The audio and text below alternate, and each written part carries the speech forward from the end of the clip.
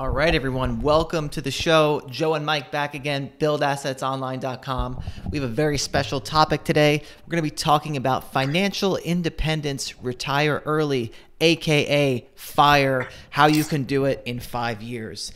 And I'm excited for this show because I want to just take a couple episodes, stop talking about our normal stuff, the drop shipping, the this, the that, but talk a bit more about the bigger picture of online assets in general, or just assets in general, Mike. And are you excited? Are you as excited for this as I am? Topics like this, I more sit back and like to listen to what you have to say because this was kind of your introduction into this, where we are now. And I think that must have started over 10 years ago for you, Joe, right? So, I don't think 10 years ago. So when I first when I first became interested in retiring early was probably the first week after I got my first job.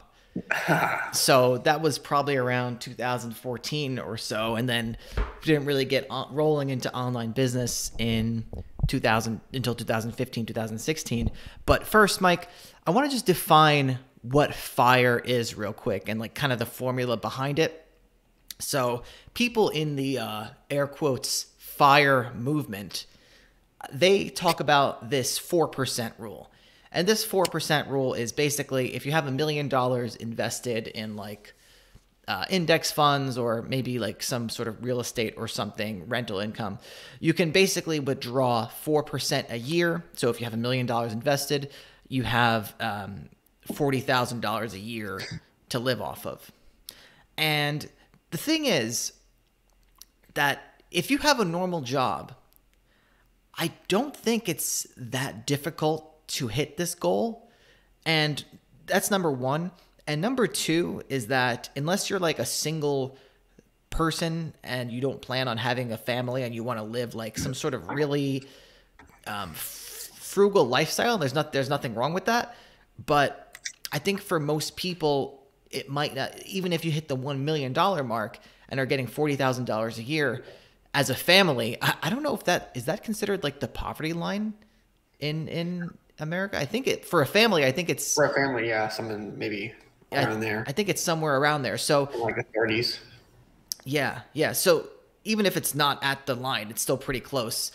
And I just think it might not be as feasible as possible with the traditional path of achieving FIRE unless you're really focused on assets. If you're doing it with a regular job or even a side hustle, I think it's going to be really difficult. And what people don't realize about us, Mike, is that our journey to get to FIRE is really now coming to fruition.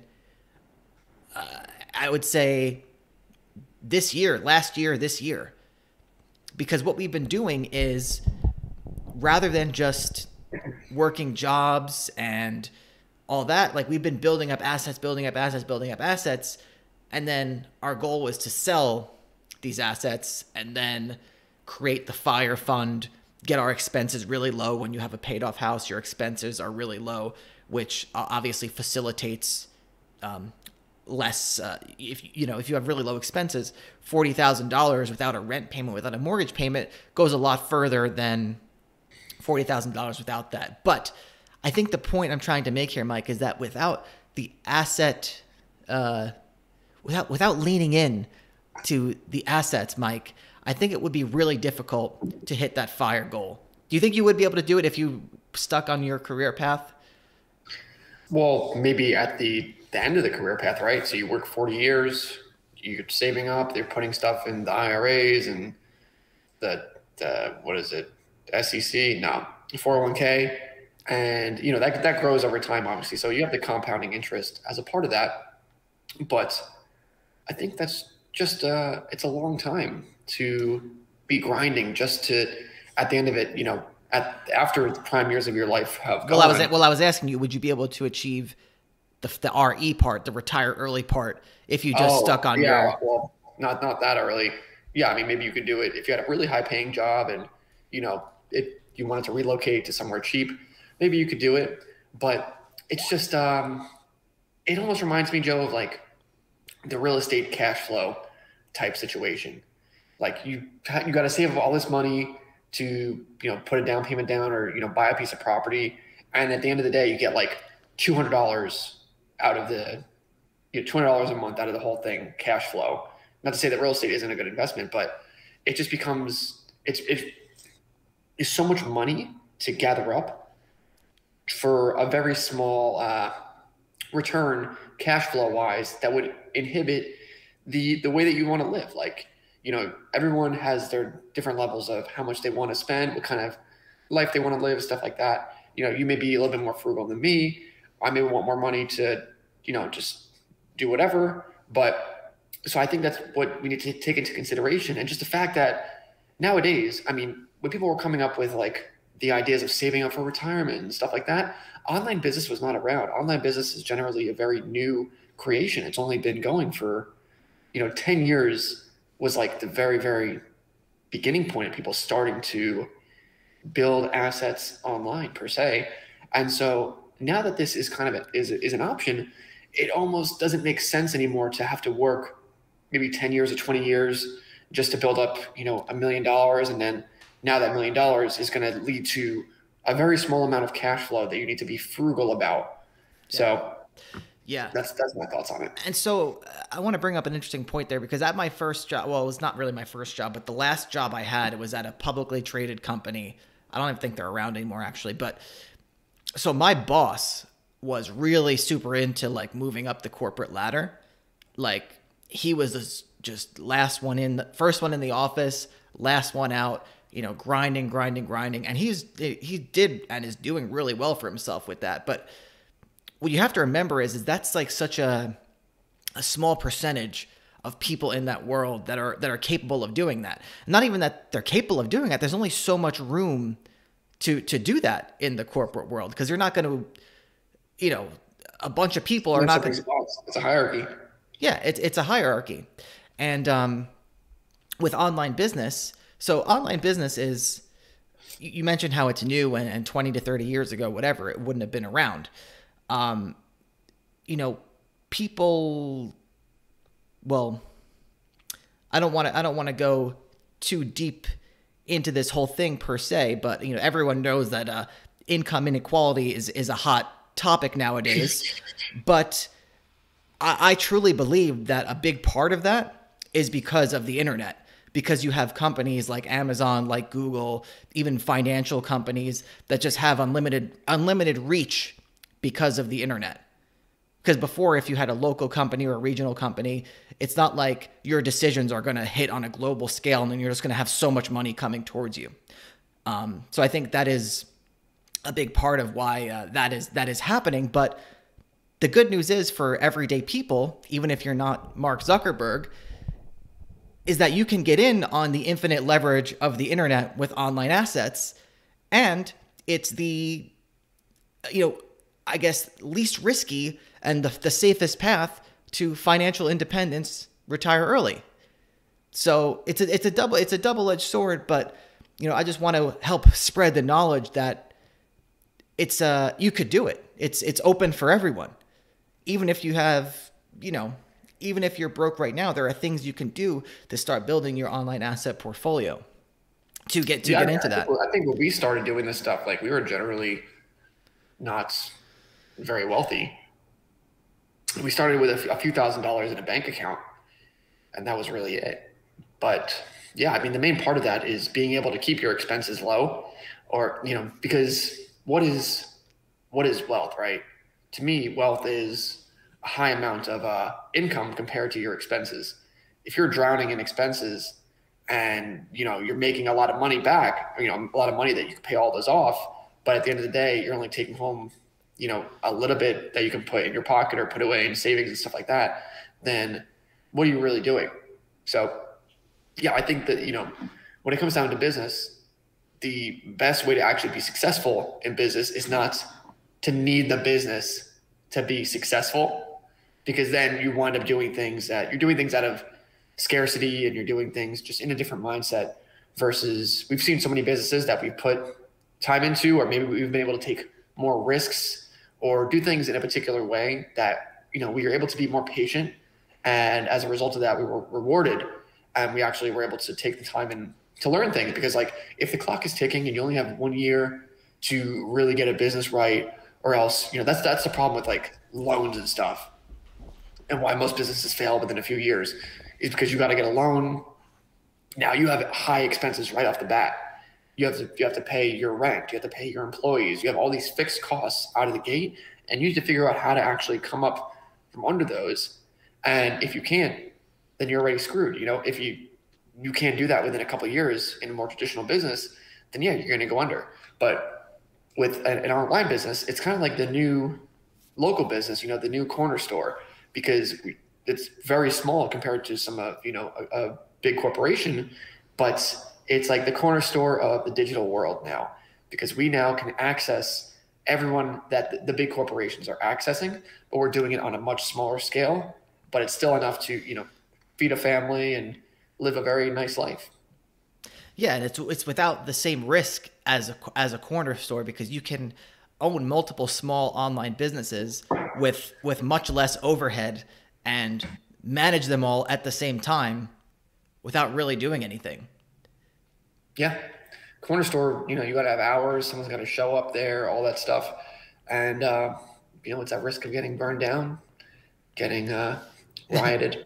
But so if someone, earthquake, anything, any sort of event can, if you're located in that physical presence, any sort of event can cause it to go down.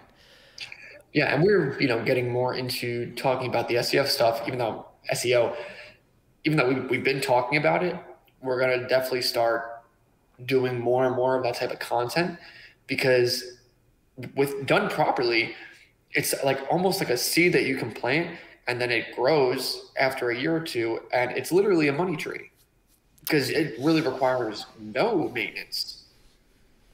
It's not like even like an e-commerce store that we have that, okay, we do need to have someone that can answer a phone or do a live chat or do an email. A blog or an SEO based website does not need any of that. And so you could actually have so many of them running into the given time, and then they're all bringing you their own individual cash flows. They all have their own individual valuations. And then if you want a big lump sum, you just throw one into the fire. So these type of things that didn't exist 10 years ago, 20 years ago, even obviously 50 years ago, when the traditional ways of, finances and retirement and stuff like that were becoming more prominent. It's now this is the era that we live in. And so we need to adapt, and we need to do things a smart way, doing things the traditional way of working, X amount of years, saving up, being frugal, tossing out your credit cards, putting money into the IRAs, stuff like that. It all has value. But this is such a more potent tool. And so if you're not using it, then you're going to be, not going to be able to retire as early as you want to, maybe. Yeah. So let's, I suspect we're going to have people watching this episode that might not know what we're talking about, because maybe they found this episode because it's got a bit of a different title. It's not centered around the specific online business models. So I want to kind of quickly clarify what exactly we're talking about here. So you mentioned an SEO site. We talk about Kindle. We talk about drop shipping. All those are forms of online assets, and we talked about how they ran themselves. So I just want to give we'll give a number of examples of how this all works and how you can get started with almost no money to getting started with a little bit of money, depending on what you have to invest. Hold on. People are saying they can't see. No, as JB Clothing said, he could see. Oh, okay. Okay, cool. So let's take the example of a very, very basic blog site for someone that has no money. So, or very, very little money, because you need to buy like web hosting. Well, maybe even let's go back further than that. Okay. So if people really don't know what we're talking about, and maybe you just found this type of content because you're looking at, how to retire early or stuff like that, Joe and I make all of our income through different online businesses. So we have a large portfolio of many different websites that we own. Some of them make money through selling physical products. We call that an e-commerce business. Some of them make money just through ranking organically in search engines. And so they get natural traffic and then we monetize that. That's what we're calling SEO, search engine optimization. We also do publishing on Amazon with Kindle. And yeah, so that's what we mean when we talk about assets online. That's what we mean when we talk about SEO and stuff like that. Right. So I just want to give someone an example of like the most basic form of something they could do to create an online asset. And we've talked about this in the past, but just in case this is your first time listening to us, I want to talk about one of the first things that we ever published, which was you published a Sudoku book. You put up a Sudoku book on what was CreateSpace. Now it's Amazon KDP print version or whatever. And you put up this Sudoku book. It was a hardcover Sudoku book. You used a puzzle generator to generate all these puzzles. And it was actually a pretty thick monster of a book from what I remember. It was like a pound. And yeah, pretty interesting because now then you created this asset that you created maybe in 2016, 2017, and that book kept selling up until today even. Yep, I haven't looked at the sales numbers on that anytime soon, but it does bring in revenue, probably a couple $100 a year. But again, yeah, so just think I haven't touched it. It was an hour or two of work 6 years ago. I want to draw a little parallel. So in order to let's talk about the FIRE rule. Say that one book alone brought, and this is just a very basic example. I don't know if this could be a strategy we recommend if you have like absolutely zero money to invest in anything. But let's just say a couple thousand, or sorry, let's say made $300 a year, and we're talking what number at 4% would equate to $400 a year. I'm just trying to, let's take a guess. Oh wait, no, it's obvious. So say you take 10,000 times 4%. Okay, so somewhere around, you need to invest somewhere around 10,000 to generate, if we're talking about the 4% rule, $400 a year. Which maybe the crossword book, puzzle book, or sorry, maybe the Sudoku book made you a little less. But I think that's still very powerful because you didn't make $10,000. You just created this book digitally and put it up, and you just kept getting paid for it. Yeah, true. And so that's what we talk about when we talk about online asset. That's a very, very basic online asset. Take a step up, and we're talking about more complex entities that become sellable. Now, of course, you can't sell just the one crossword puzzle book, maybe, but you could have a series of crossword puzzle books on KDP, and you could sell your whole KDP business. Or you can have, taking a step up further, you can hire writers on Kindle or write, books yourself, fiction books yourself, have a whole fiction book publishing business. You could sell that. What we usually recommend for people... Maybe we should do that. But what we usually recommend for people who are just getting started, if they have, some money in their bank account, a couple thousand at least, is starting a high ticket drop shipping store, because that provides, the quickest amount of cash flow and still gives you the ability to sell it. Another example is a blog site. Say you hire a writer, or you learn how to do keyword research, you fire up a WordPress site, which is dirt cheap, and you write 20 to 25 blog posts on whatever, a subject where you could start getting traffic. What happens then? Maybe you throw some ads on the site, and it becomes an asset that you could sell. Maybe you're promoting some products for an affiliate program. That becomes an asset that you could sell. And there are many marketplaces to sell these these assets. You have Empire Flippers, you have Flippa, you have investors.club, you have FE International. So if you're listening for the first time and you're thinking about retiring early, hopefully that is an adequate explanation for exactly what we're talking about. Yeah, and so, we don't want to understate the power of actually being able to sell a cash flowing website, because compared to a job, I've made earlier videos about this, like back when we first started the channel, about how powerful this is versus even a six-figure job. Because a website that makes you $2,000 a month, right now you're getting multiples easily between 30 and 40x of your monthly profit. So a website that's making $2,000 a month, you can sell that for $60,000 to $80,000. And not to mention, you've collected that $2,000 a month for 1 year plus 2 years, 3 years, 4 years. The longer you keep it, the higher your actual valuation goes. So someone that's making $2,000 a month, well, on the surface, it seems like, oh, I'm making $24,000 a month from this. I can't, that's below the poverty line, I guess, if this is feeding my family. But you can have multiple of those. And on top of that, the life cycle of that website, after a couple of years, you sell it for $80,000. $80,000 all at once is quite a big lump sum of cash. And this is what I think the traditional financial independent retire early community lacks. They don't have this ability to just bam, get that sort of lump sum all at once. And it's so powerful to do that. And that's again why this is so important, because if you're working a job, you're making six figures, you're making $100,000, they're going to tax you 30% of that. So you're getting $70,000 all throughout the course of 12 months.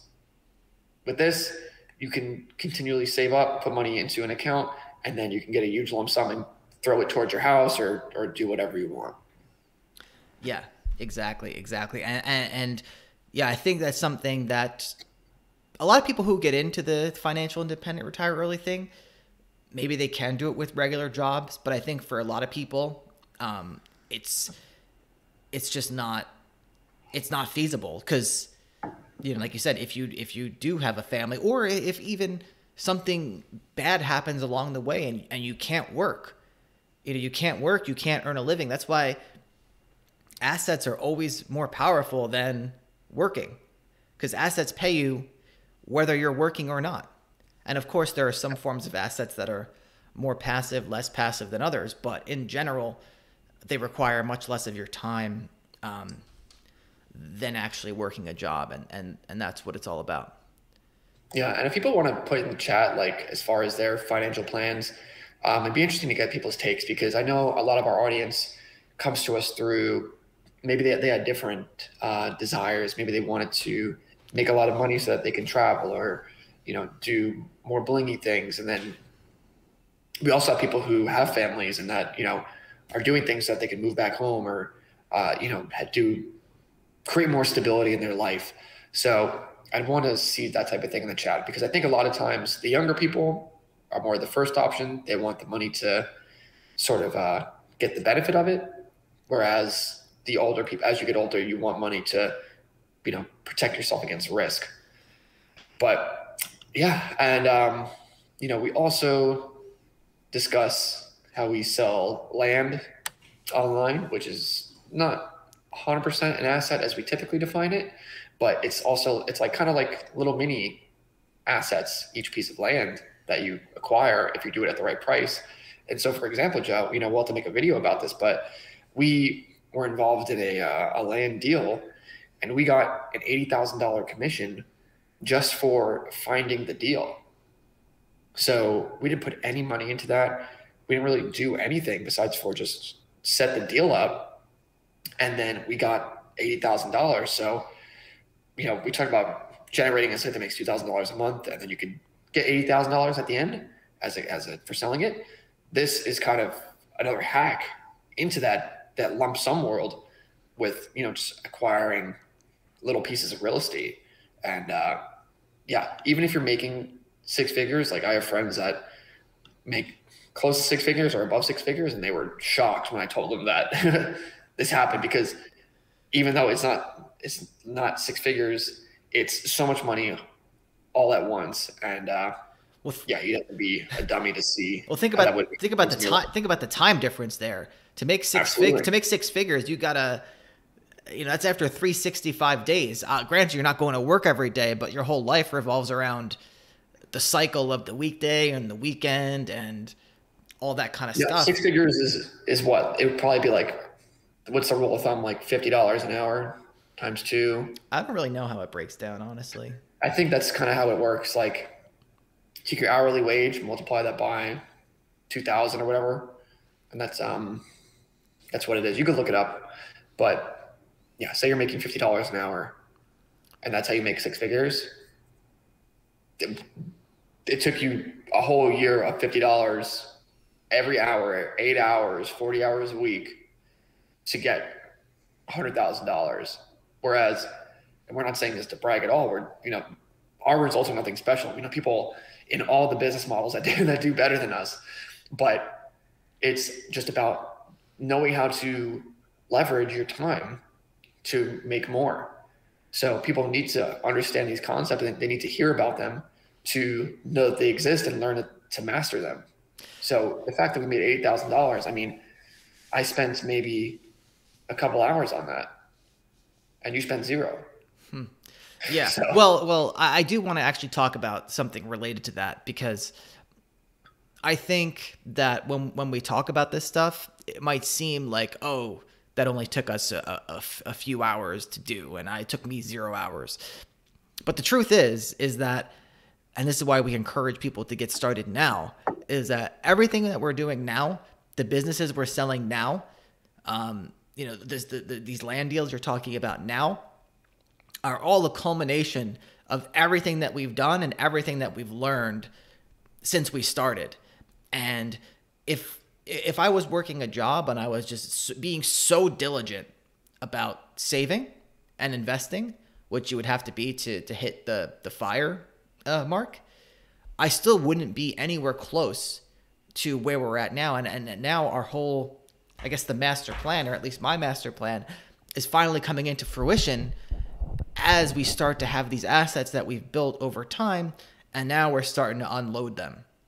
And so we talk about the knowledge is an I guess you could say an asset in itself, because what we did with the land deal you just talked about and the businesses we're selling now, we could just do that again, and we can continue to do it. But we've built up assets over time that are starting to give us lump sums that would have never been possible even if I was just super diligent at a job and I was doing, unless I was top of the top getting those big corporate promotions. I don't think we would be even close to as we wouldn't be nearly on fire as we are now. I'm so sick of this word. Yeah, but no, you're right. Yeah, it totally can't be understated. All the time that took us to get from point A to point B to point C, to learn all these things, to be able to create that opportunity, of course. But, our whole online business career has only been 5 or 6 years, at least for me. Maybe for you, it's, getting into 7 or 8. But compare that to, again, a typical job. How often are you going to get promotions? You might get demoted. You might get demoted. You might get fired. Not the other type of fire. Yeah. So the one that burns. So you say you put in 5 years at a job, and now you've learned you've gotten better at one particular skill. You can only leverage that into, say, going into like the next level of the next rung up the ladder. So yeah, it may bring you $20,000 extra a year, $30,000, $40,000. After 5 years of hard work and learning your particular niche, versus the time input into versus like the pay raise that you can get and dollars per hour that you can make in this type of business is so much more exponential. Yeah. And actually we have friends, we have friends that really make good salaries, especially in like programming and stuff like that. And sometimes when I talk to them, they feel a little bit like worried that like they have to always stay on the cutting edge in order to keep their jobs. Like they have, like, since that kind of thing is always evolving. I was talking to my friend the other day. He's like, yeah, like he has always got to be constantly learning new things to, stay relevant in his line of work, which is another challenge, especially for stuff like technology, I think, which is, some of the most high paying things that you could get, some of those high paying jobs you can get is in technology. I think staying relevant and staying up to date on the new things is a struggle in itself. Whereas when you're asset focused, you're using what you know now to build something that's going to make you money. And I think that no matter what industry you're in, that applies. But it just so happens that building online assets for yourself is, I think, the best thing to do. I don't know where I was going with that, honestly. Yeah, you kind of lost me with that too. But no, it's kind of like someone mentioned Millionaire Fastlane, the book Millionaire Fastlane in the chat. And that is the whole idea of it, is that it's like you can build your skill set up within 5 to 10 years to the point where you can make so much money at that point that you only need, a short period of time where you can do that to kind of set yourself up financially for life. And I know they go into using that to become like a lender or just, things like that. But whereas even a developer, like you're talking about, Joe, they need to keep up with the technology, and they're typically, some of the top, like it's one of like the top job positions you can have at some of the most high paying, most advanced jobs out there. But them staying relevant and staying on top of technology will only give them, something that they can go and make sure they get that promotion next year, or, make sure they get the promotion year after year after year after year. And so it's still a lot more of a slow buildup. Whereas this, like once you really get a grasp on something within that year, once you finish it, it's all in real time. So now you can go and execute on it very fast, make a lot of money very fast. And then now you're set. It's a lot about how you apply your skills. I think what I was trying to say is that it's a lot about how you apply your skills. So if you are a specific, if you are a programmer of some kind, you can create some sort of app or even create some sort of educational content that helps other people in your field, you're better off dedicating some of your time, or hope maybe even fully transitioning into doing stuff like that, to where you have something that's making you money on autopilot rather than you having to put in your time. So that's the key message here. And some people happen to have special skill sets where they can do that sort of thing. And what I was tying back into what I was saying earlier is the internet gives you infinite reach to create something like that. Even if you're a plumber, for example, which is, I want to actually get into plumbing after the fire is complete, because it's interesting. Super Mario, pipes, all that good stuff. And if you're an expert plumber, and I'm sure there's a lot of people who want to do their own plumbing in their house or fix certain problems, even just having a video on YouTube of how to fix your toilet flapper, and if you do a really good job creating that, and if you put together an affordable piece of maybe even like a course or like an ebook that you could sell on that kind of stuff, I guarantee you there's an audience for it. Like there are people that would like. Yeah, there's an audience for it. That's what I'm trying to say. Yeah, it is all about leveraging skills. And so, yeah, it's not about, if you're really good at programming, you shouldn't do that. It's at using that for a salary job versus, think about all the different apps that exist in like the e-commerce world. Like you go on Shopify, you go to the app store, there's a zillion apps. And so those people are probably making a very, very large amount of money, because it's a subscription as a software type service. That is an asset as well. Those assets actually sell very, very, very well and for very high multiples. But you need to have a big skill set for that. Whereas, we've just kind of taught ourselves the skill set of, how do we master all these different business models at a base level? How do we master selling stuff online with our own websites? How do we master doing content online, whether through SEO or through Kindle? So yeah, whatever you do, whatever you're passionate about, I don't like that word, but there is a lane for you. Whatever skills you have to use that make it easy to create an asset is what you should use. But it just so happens for us, I think the reason why we maybe took the road that we did is because we didn't really have any skills in that way. Yeah, and that's why I don't like how the Russell Brunsons of the world be like, you're an expert at something. Learn how to sell it. You do a webinar. And I think for the majority of people, they're not in that position. So it's not fair necessarily to force people to try and make money off of like something they currently know versus, you know, stuff like e-commerce is so not easy, but it's open to anyone who wants to get into it.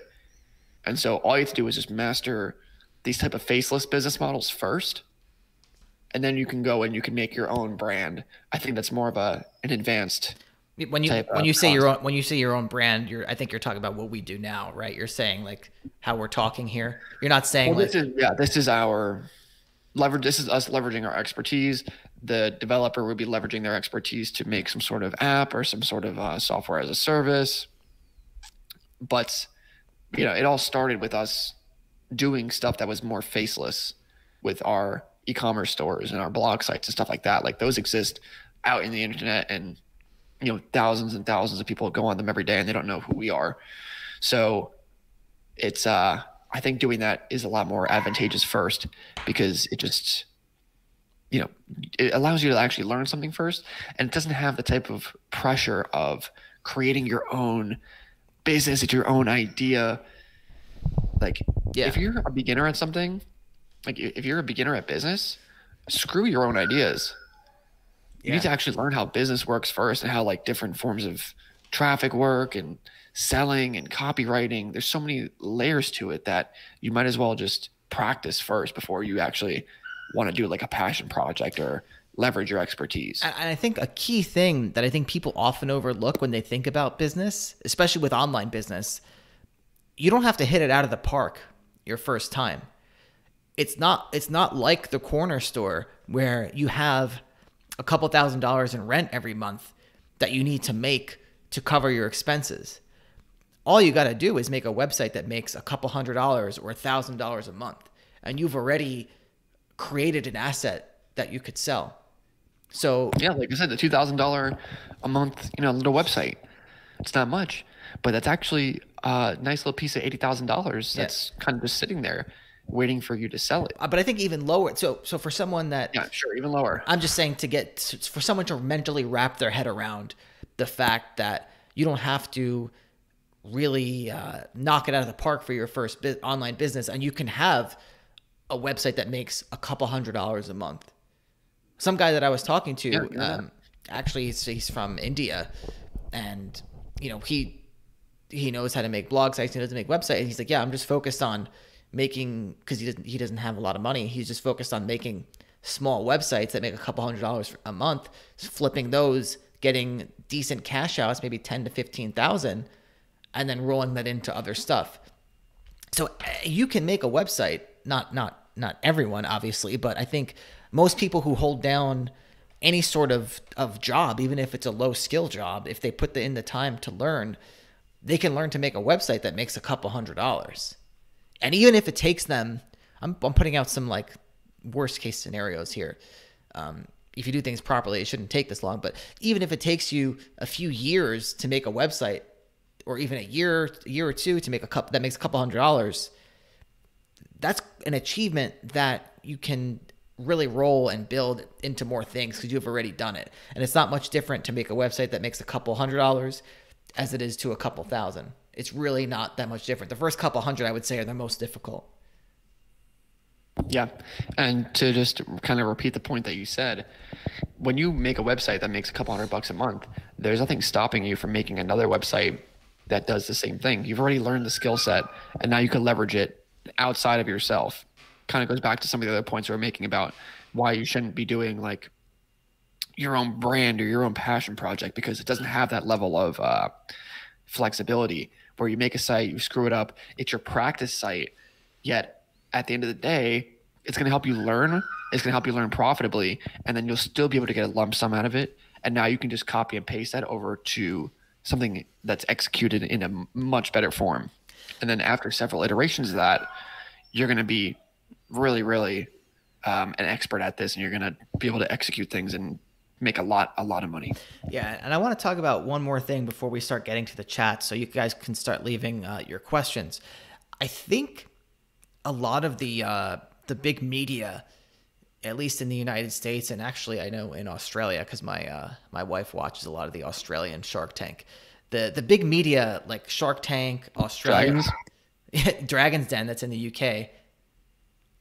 But yeah, like the big media like Shark Tank, Australian Shark Tank, Dragon's Den, all of the media around business and air quotes entrepreneurship is really, I think, sending out the wrong message, because when you watch those shows, you have people that they explain how they're putting it all on the line for this one business that they have, when it's like I don't know, it's like a cup that does something a little different.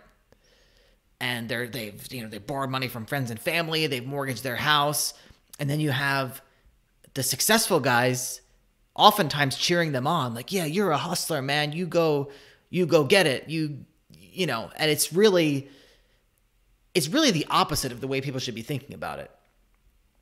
The complete opposite. You should be trying to create something with as little input as possible and get as much out as possible, and just have it be something that makes you, at least when you're first getting started, to learn what you're doing, that makes you a little bit of money on autopilot that you can go sell. So you take little steps every step of the way, rather than it being like, yeah, man, I'm all in, I'm hustling, I'm grinding.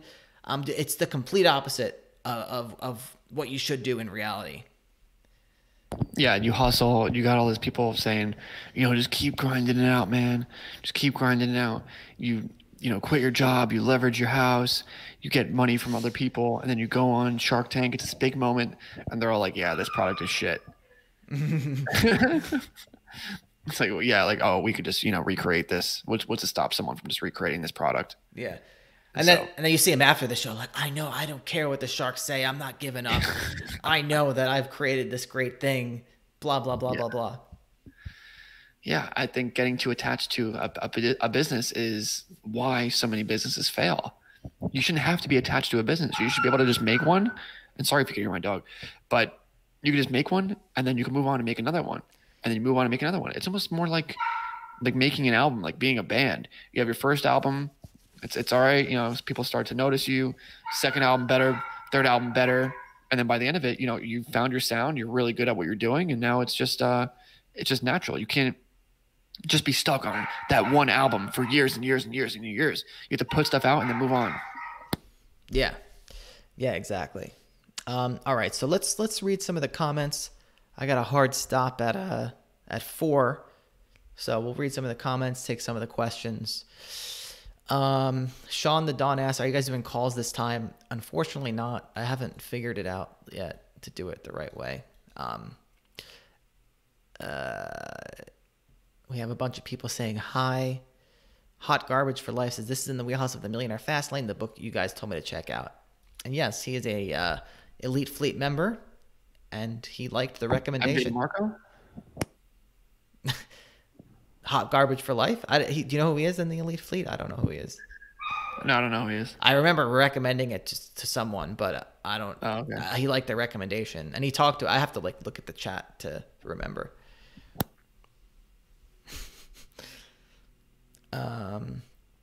SJB Clothing is, my goal is to steadily grow my brand and become an authority figure whilst planning to open multiple showrooms, retail outlets. Well, send me some clothes, mate. I don't know much about what you do. Oh, influence.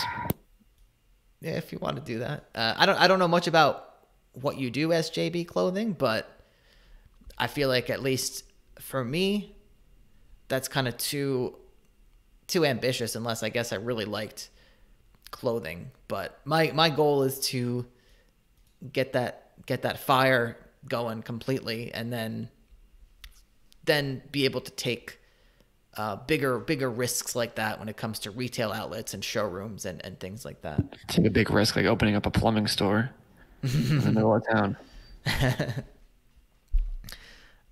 But yeah, I mean, Gia, one of our Elite Fleet students, I'm trying to build wealth to get my time back. Hey, that's a good reason to do it. Yes, sir. When does your dog's album come out? Can you hear him? Yeah. Shit. Well, I had to put him in the crate for this episode, but his album will be coming out soon. All right. So Tim Howell says, example of structuring your hours if working full time, taking a sales job after graduation. What's a good example of this? What can you think of? He wants to... I'll read it again. So after he graduates, he's taking a sales job. How could he structure his hours, I guess, on building online assets? Oh, well, I think sales jobs are pretty flexible in terms of hours. Like, not all of them. What's that? Not all of them. Definitely not. Not all of them, but I think generally they lend themselves towards, different. Yeah, I don't want to have a blanket statement, but I mean, it depends on what your personality type is. Maybe you want to do stuff earlier in the day, but before you go into work, or if you're working remote, maybe you can do stuff while you're working. If you don't have a sales call to go on, it's not like, that's a good thing about, different sales jobs is like sometimes you're doing stuff, sometimes you're not. So, yeah, it would just have to be all around your schedule, how many hours you can fit. Do you have kids? But, for me, when I was at my job, I would just come home every day and just work on it until I had to go to sleep. Sometimes I would stay up until 3 a.m, 4 a.m, actually, and then get up at, or sometimes, 2 a.m, get up at 6. So just depends how much you want it, how quickly, you think you can achieve it, what you can handle. Yeah. So Mike just kind of told you what he did when he was working, because we were both working at the time we were starting our online businesses.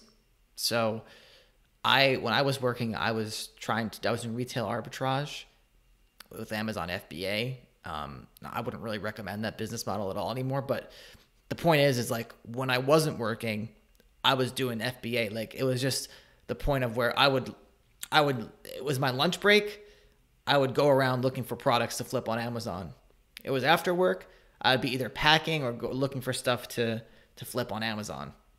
Because I guess once I decided that this was working, like once I made my first couple $100, I was like, oh my God, like I need to just keep doing this to be able to quit my job. I remember the first time, like I went to this like hobby store and I bought these like rubber band things that like, I don't know, like little girls maybe using like their hair or something. I actually don't really remember what they were used for, but the silly bracelets. Yeah, the bracelets. Yeah, the silly bracelets. And I was like, I remember I bought them for like a couple dollars, and I was selling them for like $20. And I was like, and I had like 50 of them. And I just remember before I even sent them into Amazon, I was like, wow, like I just made like, $1,000 or something in like 2 hours. And so at that point I knew that like I just needed to keep doing it. So the point is like, you just have to pick a business model, stick with it. And whenever you're not working, just put that time in, to get there. And I would say, even if, you have a lot of obligations, which maybe you don't, cause you're a student, what's important is like putting that time in consistently and like picking a business model that's going to like, allow you to put time in little by little, like, or just depending on how much time you have. But consistency over the long term is really the key, no matter what your schedule is. We have some students now, so it's kind of funny. We have students that are successful really quick, and then we have others that take a bit longer. But I'm always actually the most impressed when we have someone that's been super, super consistent, and then they start to get over that hump where they start to make things happen. I'm just like, wow, like, good job. Yeah, agreed. It's always nice to see that, people can break through and finally get things to work, because yeah, I mean, sometimes it takes 1 month, sometimes it takes 6 months. And it's like, at the end of the day, 5 years down the line, are you going to care about that extra 5 months? Because you probably learned a lot in that time versus someone else who maybe didn't. And maybe you needed to learn that stuff. Everyone's starting at different baselines in terms of what they know about conversion rate optimization and then, just basic foundational stuff. So But however long it takes, that's however long it needs to take. Yeah. So Sean the Don says, "Hey guys, I've gotten 2 suppliers so far, both over the phone, which I'm good at, but I'm struggling with the brands that are email only or ask for notes at the bottom of the dealer application. I'm just not exactly sure what I should say in the email. Can you guys give me a little advice, please?" I think the main thing is that you have to just frame the email in a way where it's going to be a win for them. So I would just try and formulate an email that is kind of concise and to the point, that basically tells them how you're going to help their business. You know? Yeah. I mean, say whatever you're going to say on the phone. Just write it out. Yeah. But I think, yeah, so if you have it down over the phone, maybe you just need to be a little bit more sharp with your copywriting.